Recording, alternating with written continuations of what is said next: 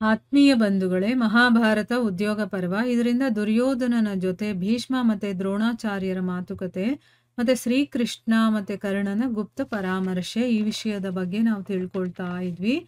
ಹೋದ ಭಾಗದಲ್ಲಿ ಕರ್ಣನ ಮಾತುಗಳನ್ನ ಕೇಳಿ ಕೃಷ್ಣ ನಗತಾ ಹೇಳ್ತಾನೆ, ಅಂದ್ರೆ ಅರ್ಜುನನನ್ನ ಕರ್ಕೊಂಡು ಬನ್ನಿ, ನಾನು ಯುದ್ಧ ಮಾಡಬೇಕು ಅಂತ ಹೇಳ್ತಾನಲ್ಲ.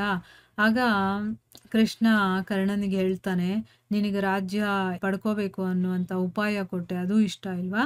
ನಾನೇ ನಿನಗೆ ಪೃಥ್ವಿಯ ಶಾಸನವನ್ನು ಕೊಡ್ತೀನಿ, ಅದನ್ನೂ ನೀನು ಮಾಡೋದಕ್ಕೆ ಇಷ್ಟಪಡ್ತಾ ಇಲ್ವಾ? ಆಯಿತು, ಯುದ್ಧ ಮಾಡೋದೇ ನಿನ್ನ ಇಷ್ಟ ಅಂತಂದರೆ ನಾನು ಹಾಗೆ ಮಾಡ್ತೀನಿ, ಯುದ್ಧಕ್ಕೆಲ್ಲ ವ್ಯವಸ್ಥೆ ಮಾಡ್ತೀನಿ. ಮತ್ತು ದುರ್ಯೋಧನನ ಅಧೀನದಲ್ಲಿ ಯಾರೆಲ್ಲ ರಾಜರು ಮತ್ತು ರಾಜಪುತ್ರರಿದ್ದಾರೋ ಅವರೆಲ್ಲರೂ ಕೂಡ ಸತ್ತ ಮೇಲೆ ಉತ್ತಮ ಗತಿಯನ್ನು ಪಡಿತಾರೆ ಅಂತ ಭಗವಂತ ಹೇಳ್ತಾನೆ. ಆಗ ಕರ್ಣ ಶ್ರೀಕೃಷ್ಣನನ್ನ ಸತ್ಕರಿಸ್ತಾ ಹೇಳ್ತಾನೆ, ಮಹಾಬಾಹುವೆ, ನೀನು ಎಲ್ಲವನ್ನ ತಿಳಿದಿದ್ರೂ ಕೂಡ ನನ್ನನ್ನು ಯಾಕೆ ಮೋಹದಲ್ಲಿ ಹಾಕಬೇಕು ಅಂತ ಇಷ್ಟಪಡ್ತಾ ಇದ್ದೀರಾ?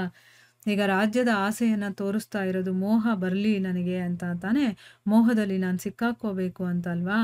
ಈಗ ಪೃಥ್ವಿಯ ಇಡೀ ಸಂಹಾರದ ಸಮಯ ಬಂದ್ಬಿಟ್ಟಿದೆ, ಎಲ್ಲರೂ ಇದರಲ್ಲಿ ನಾಶ ಆಗೋದಕ್ಕೆ ತಯಾರಾಗಿದ್ದಾರೆ. ಅಂದರೆ ನಾಶದ ಸಮಯ ಬಂದಿದೆ. ಇದರಲ್ಲಿ ಶಕುನಿ, ನಾನು, ದುಶ್ಯಾಸನ ಮತ್ತು ಧೃತರಾಷ್ಟ್ರ ಕುಮಾರ, ದುರ್ಯೋಧನನಂತೂ ನಿಮಿತ್ತ ಮಾತ್ರರಾಗ್ತೀವಿ. ಅಂದರೆ ಇವನಿಗೆ ಗೊತ್ತಿದೆ ಭಗವಂತ ಈಗ ಎಲ್ಲ ಈ ಪೃಥ್ವಿಯ ಭಾರವನ್ನು ಇಳಿಸ್ಬೇಕು ಅಂತ ಅವನು ಡಿಸೈಡ್ ಮಾಡಿದ್ದಾನೆ. ನಾವೆಲ್ಲ ಬರೀ ಇಲ್ಲಿ ನಿಮಿತ್ತ ಮಾತ್ರರಾಗಿ ಇಲ್ಲಿ ಕೆಲಸ ಮಾಡ್ತಾ ಇದ್ದೀವಿ. ದುರ್ಯೋಧನನ ಅಧೀನದಲ್ಲಿ ಯಾರೆಲ್ಲ ರಾಜರಿದ್ದಾರೋ ರಾಜಪುತ್ರರಿದ್ದಾರೋ ಅವರೆಲ್ಲರೂ ಕೂಡ ಶಸ್ತ್ರಾಗ್ನಿಯಲ್ಲಿ ಭಸ್ಮರಾಗಿ ಯಮರಾಜನ ಮನೆಗೆ ಹೋಗ್ತಾರೆ. ಈ ಸಮಯದಲ್ಲಿ ಬಹಳ ಭಯಾನಕವಾದಂತಹ ಸ್ವಪ್ನ ಮತ್ತು ಭಯಾನಕವಾದಂತಹ ಶಕುನಗಳು ಮತ್ತು ಉತ್ಪಾತಗಳು ಕೂಡ ಕಾಣಿಸ್ತಾ ಇವೆ. ಅಂದರೆ ಇವನಿಗಾಗಲೇ ಕನಸುಗಳು ಬೀಳೋದಕ್ಕೆ ಶುರುವಾಗಿದೆ, ಭಯಾನಕವಾಗಿರುವಂಥದ್ದು. ಮತ್ತು ಶಕುನಗಳು ಕೂಡ ಕಾಣಿಸೋದಕ್ಕೆ ಶುರುವಾಗಿದೆ, ಘಟನೆಗಳು ನಡೀತಾ ಇದೆ. ಅಂದರೆ ಏನಾದರೂ ಒಂದು ತೊಂದರೆ ಆದಾಗ ಕೆಲವರಿಗೆ ಅದ್ರ ಗೊತ್ತಾಗುತ್ತೆ, ಶಕುನಗಳೆಲ್ಲ ಕಾಣಿಸೋದು ಅದೆಲ್ಲ. ಮತ್ತು ಕನಸಲ್ಲಿ ಏನೇನೋ ಭಯ ಪಟ್ಕೊಂಡಿರೋ ಅಂಥ ಒಂದು ಕನಸು ಬೀಳೋದು ಇದೆಲ್ಲ ಆಗುತ್ತಲ್ಲ. ಸೊ ಇದನ್ನೆಲ್ಲ ನೋಡಿ ಶರೀರದ ರೋಮಗಳೆಲ್ಲ ನಿಂತು ಬಿಡುತ್ತೆ. ಇದು ಸ್ವಚ್ಛವಾಗಿ ದುರ್ಯೋಧನನ ಸೋಲು ಮತ್ತು ಯುಧಿಷ್ಠಿರನ ವಿಜಯವನ್ನ ಸೂಚಿಸುತ್ತೆ. ಯಾಕಂದ್ರೆ ಇವನು ದುರ್ಯೋಧನನ ಕಡೆ ಇರೋನಲ್ವಾ. ಸೊ ದುರ್ಯೋಧನನ ಕಡೆ ಇರೋರಿಗೆ ಏನಾದರೂ ಕೆಟ್ಟದಾಗಿ ಅಲ್ಲಿ ಇದೆಲ್ಲ ಶಕುನಗಳು ಅದೆಲ್ಲ ಕಾಣಿಸ್ತಾ ಇದೆ ಅಂತಂದ್ರೆ ಅವರಿಗೆ ಸೋಲಾಗೋದಂತೂ ಖಂಡಿತ ಅನ್ನೋದು ಇಲ್ಲಿ ಗೊತ್ತಾಗ್ತಾ ಇದೆ. ಸೊ ಯುಧಿಷ್ಠಿರನ ವಿಜಯ ನಿಶ್ಚಯ ಅನ್ನೋದು ನನಗೆ ಗೊತ್ತಾಗ್ತಾ ಇದೆ. ಪಾಂಡವರ ಆನೆ, ಕುದುರೆಗಳು, ಎಲ್ಲ ವಾಹನಗಳು ಕೂಡ ತುಂಬಾನೇ ಸಂತೋಷವಾಗಿರೋ ಥರ ಕಾಣಿಸ್ತಾ ಇದೆ. ಮತ್ತೆ ಮೃಗ ಕೂಡ, ಅಂದರೆ ಜಿಂಕೆ ಅವರ ಬಲಗಡೆಯಿಂದ ಹೋಗ್ತಾ ಇದ್ದಾವೆ.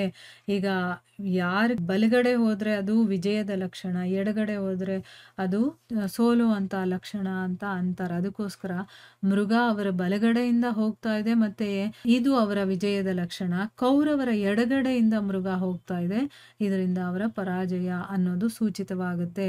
ಅದರಿಂದ ನನಗೆ ಗೊತ್ತಾಗ್ತಾ ಇದೆ ಇಲ್ಲಿ ಕೌರವರು ಅಂದರೆ ದುರ್ಯೋಧನನ ಕಡೆಯವರು ಸೋಲ್ತಾರೆ ಅನ್ನೋದು ಅಂತಂದ್ಬಿಟ್ಟು ತನಗೇನು ಆ ಶಕುನಗಳು ಅಥವಾ ಸ್ವಪ್ನಗಳು ಬಿತ್ತು ಅದನ್ನೆಲ್ಲ ಹೇಳಿ ಅವನು ಇಲ್ಲಿ ಕನ್ಫರ್ಮ್ ಮಾಡ್ತಾ ಇದ್ದಾನೆ.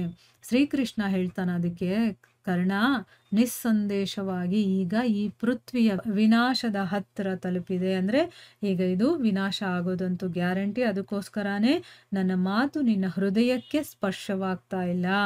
ಅಂದರೆ ಈಗ ನಾನು ಬುದ್ಧಿವಾದವನ್ನು ಹೇಳ್ತಾ ಇದ್ದೀನಿ, ಆದರೆ ನೀನು ಅದನ್ನು ತಗೊಳ್ತಾ ಇಲ್ಲ ಅಂತಂದರೆ ಖಂಡಿತವಾಗ್ಲೂ ಕೂಡ ಈಗ ನಾಶದ ಸಮಯ ಬಂದಿದೆ. ಯಾವಾಗ ವಿನಾಶಕಾಲ ಹತ್ತಿರ ಬಂದ್ಬಿಡುತ್ತೋ ಆಗ ಅನ್ಯಾಯ ಕೂಡ ನ್ಯಾಯದ ಹಾಗೆ ಕಾಣಿಸುತ್ತೆ. ಆಮೇಲೆ ಬುದ್ಧಿ ಕೂಡ ವಿಪರೀತವಾಗ್ಬಿಡುತ್ತೆ. ನಾವು ಏನು ಯೋಚನೆ ಮಾಡ್ತೀವಿ ಅನ್ನೋದೇ ನಮಗೆ ಗೊತ್ತಾಗಲ್ಲ. ಸುಳ್ಳನ್ನು ನಿಜ ಅಂದ್ಕೊಳ್ತೀವಿ, ನಿಜಾನ ಸುಳ್ಳು ಅಂದ್ಕೊಳ್ತೀವಿ, ಅನ್ಯಾಯವನ್ನು ಕೂಡ ನ್ಯಾಯ ಅಂತ ಅಂದ್ಕೊಂಡ್ಬಿಡ್ತೀವಿ. ಆ ರೀತಿ ನಮ್ಮ ಕಣ್ಣಿಗೆ ಕಾಣಿಸ್ತಾ ಇರುತ್ತೆ ಅಂತಂದ್ಬಿಟ್ಟು ಕೃಷ್ಣ ಹೇಳ್ತಾನೆ. ಅದಕ್ಕೆ ಕರ್ಣ ಹೇಳ್ತಾನೆ, ಶ್ರೀಕೃಷ್ಣ, ಈಗಂತೂ ಈ ಮಹಾಯುದ್ಧದಲ್ಲಿ ನಾನೇನಾದರೂ ಉಳಿದ್ರೆ ಮಾತ್ರ ನಿಮ್ಮ ದರ್ಶನವಾಗುತ್ತೆ, ಇಲ್ಲದೆ ಇದ್ದರೆ ಸ್ವರ್ಗದಲ್ಲಿ ನಮ್ಮಿಬ್ಬರ ಸಮಾಗಮ ಆಗುತ್ತೆ.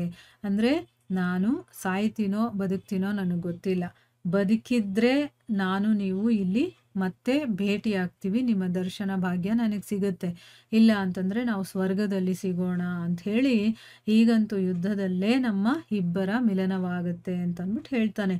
ಈ ರೀತಿ ಹೇಳಿ ಕರ್ಣ ಶ್ರೀಕೃಷ್ಣನನ್ನ ಗಾಢವಾಗಿ ಆಲಿಂಗನೆ ಮಾಡಿಕೊಂಡು ಆಮೇಲೆ ಕೃಷ್ಣನಿಗೆ ವಿದಾಯ ಹೇಳಿ ಅವನ ರಥದಿಂದ ಇಳಿದು, ಯಾಕಂದ್ರೆ ಕೃಷ್ಣನ ಜೊತೆ ಅವನ ರಥದಲ್ಲಿ ಬಂದಿರ್ತಾನಲ್ವಾ, ಈಗ ಕೃಷ್ಣನ ಹತ್ರ ಮಾತಾಡಿ ಅವನನ್ನ ಆಲಿಂಗನೆ ಮಾಡ್ಕೊಂಡು ಈಗ ಕೃಷ್ಣನ ರಥದಿಂದ ಇಳಿದು ತನ್ನ ಸುವರ್ಣ ಜಟಿತವಾದಂಥ ರಥದ ಮೇಲೆ ಸವಾರನಾಗಿ ಅವನು ಹಸ್ತಿನಾಪುರಕ್ಕೆ ವಾಪಸ್ ಹೋಗ್ತಾನೆ. ಮತ್ತೆ ಸಾತ್ಯಕಿಯ ಸಹಿತ ಶ್ರೀಕೃಷ್ಣ ಸಾರಥಿಗೆ ಮತ್ತೆ ಮತ್ತೆ ಬೇಗ ಬೇಗ ಹೊರಡು ಅಂತಂದ್ಬಿಟ್ಟು ಹೇಳ್ತಾ ಇರ್ತಾನೆ. ಯಾಕಂದ್ರೆ ಈ ಸಂದೇಶವನ್ನ ಪಾಂಡವರಿಗೆ ತಲುಪಿಸ್ಬೇಕಲ್ಲ, ಮತ್ತು ಇವನು ಹೋಗಿ ಹೇಳಿ ಅವರೆಲ್ಲ ಯುದ್ಧಕ್ಕೆ ತಯಾರಿ ಮಾಡ್ಕೋಬೇಕು.